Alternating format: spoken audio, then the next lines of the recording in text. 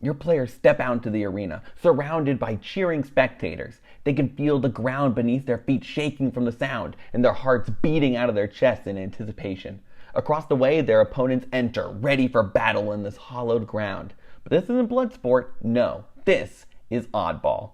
All over the world, sports are a huge part of culture. So I can only imagine that in a fantasy world full of magic and strange creatures, competitions in D&D should be equally interesting.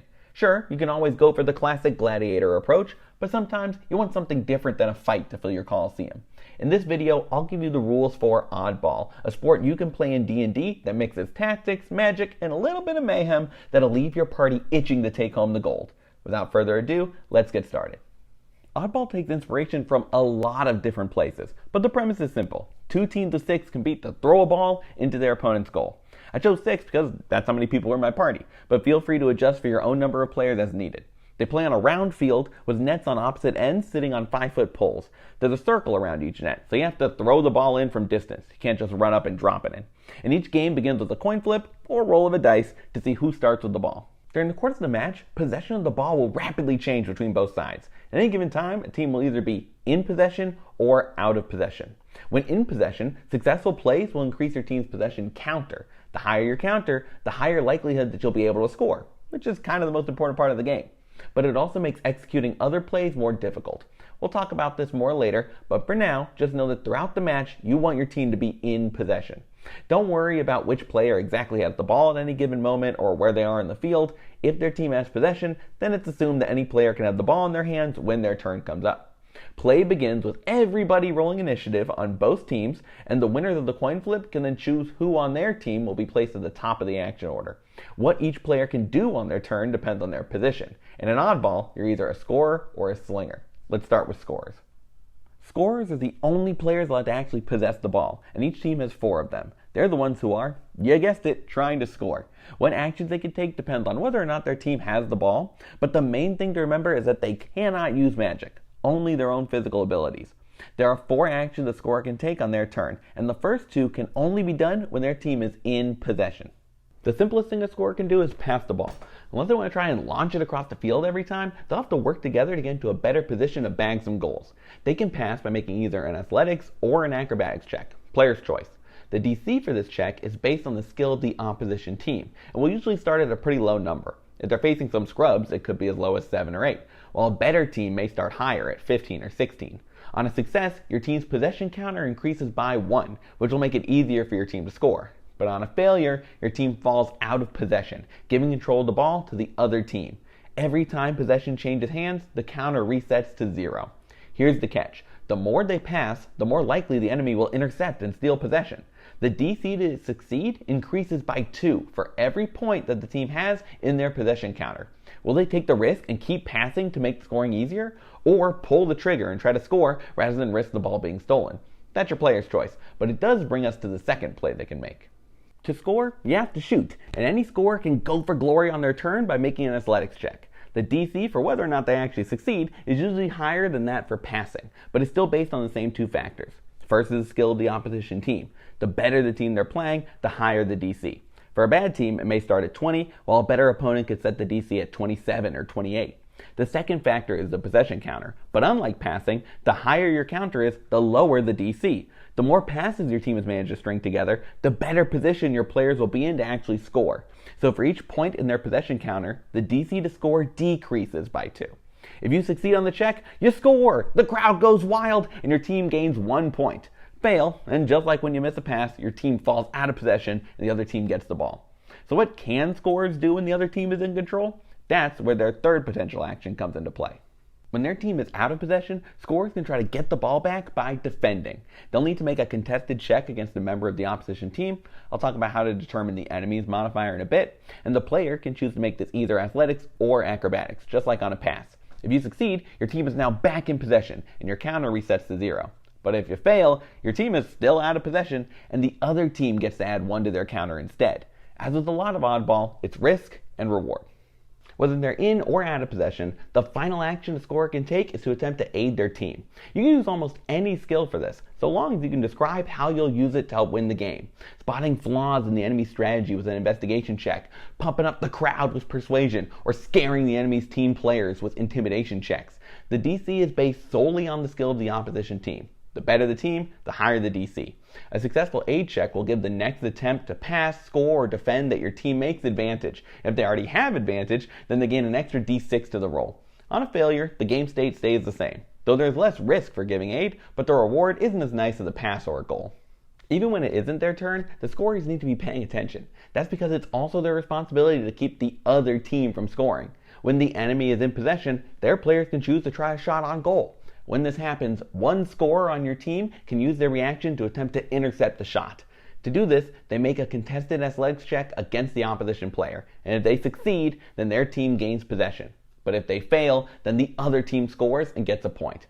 I'll talk more about what happens when the other team has the ball, but note that the longer they have it, the harder it will be to keep them from scoring. So controlling possession should always be on the forefront of your scorers' minds. Let's move on to the second position your players can choose, Slingers. Magic is a part of the game in Oddball, and Slingers are the only players that are allowed to use it. On their turn, or with reactions, they can cast a spell to help their team. This spell can buff their own players, ensnare the opposition, confuse their opponents, slow down the enemy, or change up the playing field. However, there are several rules for what cannot be cast. Flight, invisibility, or teleportation of any kind are not allowed, so no letting your teammates just fly right over the other team. While you can use spells on another player, including other Slingers, spells that cause serious bodily harm are not allowed. This isn't a game being played to the death, so that means no fireballs, wizards. Lastly, Slingers aren't allowed to interact with the ball at all, so no catching passes from teammates and no using telekinesis to just shoot the ball in from across the field. Those are the rules for Magic that I went with when I ran Oddball, but I'll give you a few more you might want to implement after playing a few games with my party. First is no using polymorph on your own teammates. Transforming into a giant ape and using their crazy athletics to score at will is a very strong strategy. Second is no mind control. Suggesting that the opponent score on themselves will quickly become your player's new favorite tactic. And third is no conjuration spells. Yes, I had a player summon a bunch of pixies to play with them, and yes, it was as broken as you might imagine. You don't want to limit them too much in what they can do. Creativity is part of the fun of Oddball, but be careful not to give them too many insane combos. Because Oddball is supposed to be taking place over a longer period than your average combat, and taking out even one player for multiple turns would completely change the tide of the game, spell effects work a little differently in this sport. Some spells might do exactly what they say, like Bless or Enhance Ability. But when it comes to ones that have negative effects on the enemy, it's up to the DM to determine what exactly they'll do. For most spells, you can have the target either lose their next turn, like if they get stunned by a hypnotic pattern, or get disadvantage on their next action, if they're blinded or restrained, for example. When they use area of effect spells, I usually ruled that since players would be running around and constantly in motion, the caster could choose 2 enemies to target, and it would be assumed that they were near enough at the moment of casting to be caught in the blast. Concentration is another gray area you'll have to deal with. Rather than having the enemy lose a player turn after turn after turn, I had these spells only last for 1 turn, or maybe 2 if the effect wasn't anything too damaging for the enemy. Slingers are powerful players on the field, able to disrupt the other team and boost their teammates to new heights. But you don't want them to become the only players on the field that matter when they banish the entire other team, for example. All that said, there will always be edge cases where it isn't exactly clear how a spell should manifest in Oddball. It will largely be up to you as a DM to figure out what you think each spell should do and what effects will be fair for both teams. And as always, don't be afraid to remind your players that whatever they can do, the enemy Slingers can do too. Whether they're a scorer or a slinger, there's one more way your players can influence the match. Once per game, they can use a maneuver to help out one of their teammates, or sabotage an opponent. After a roll is made, you can describe how you wish to assist in either aiding the situation or detracting from the other team.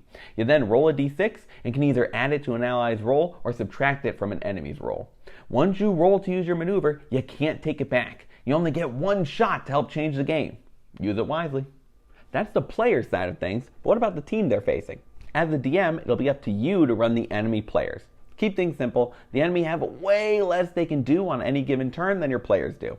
After all, you want to keep the focus on the party and the action running quickly, just like a real sport. Before the game begins, you'll need to decide each of the following for the enemy team: the DCs to score and pass based on the opponent's skill level, the DC to successfully use the aid action, how much enemy players add to their rolls on contested checks for scoring and when your players try to defend, and what they add to any saving throws your party slingers will force them to do. I recommend having all of the enemy team's players share stats, just to keep things simple.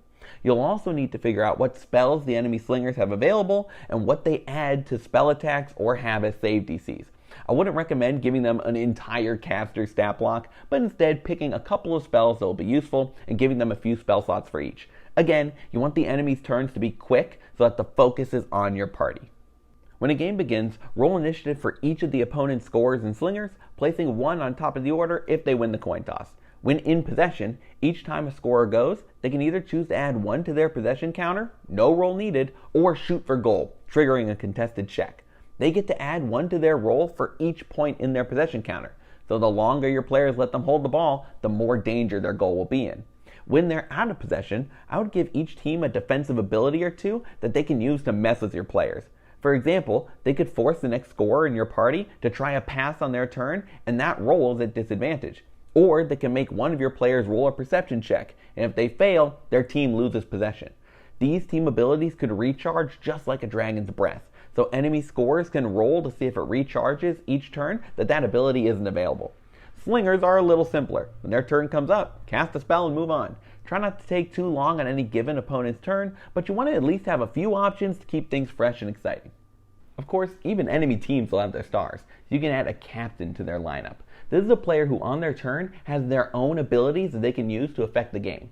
For example, they get advantage on a shot, roll contested athletics against one of your players for possession, add 2 to the counter on a pass instead of 1, or take a shot at disadvantage immediately after their team gains possession.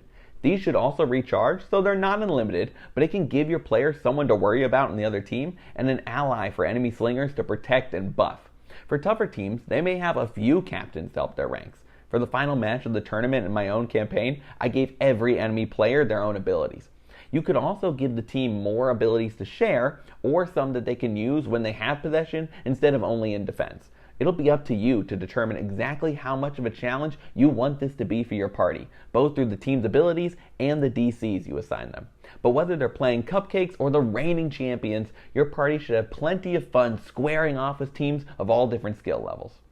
If a team scores, they receive 1 point and their opponents gain possession. Play then proceeds with the next person in initiative order, regardless of team. The first to score 5 points wins. It's as simple as that. Whenever a team scores, you can have all of the team or captain abilities that require a recharge reset, so they can be used again when play begins. Now, if your party is anything like mine, they'll probably start to wonder if there are ways they can bend the rules. Maybe a scorer wants to try and slip in a spell here and there, or a slinger could gently nudge the ball with some magic while nobody's watching. You can attempt to cheat in Oddball, but you'll have to successfully make a sleight of hand or stealth check against the DC of the rules official, which the DM sets before the match. The higher profile the game, the better the rules official put in charge will be, so a first round matchup would be easier to cheat in than a tournament final. On a success, you'll be granted a bonus, either advantage for your team or disadvantage for your opponent, depending on the situation. But if you're caught, your team will be assessed a penalty, subtracting a point from your score, or if you don't have any, adding 1 to your opponent's. Plus, you'll have to live with the shame of being a known cheater, so there's that too. That's Oddball. At the end of the day, even with all of these rules, there's going to be some edge cases here or there and confusing spell effects that'll be up to you as a DM to judge. And of course, your players may have other class abilities or bonus actions that they can use to help their team succeed. But hopefully this is a good basis for you to throw your party into the Thunderdome and start playing the sport yourselves.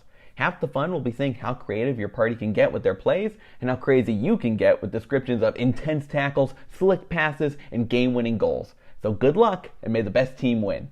Thank you so much for watching, and I hope you end up using Oddball in your own games. I'd love to hear suggestions for how to make it even better in the comments. If you enjoyed the video, I'd appreciate it if you would leave a like and consider subscribing to the Bard's College.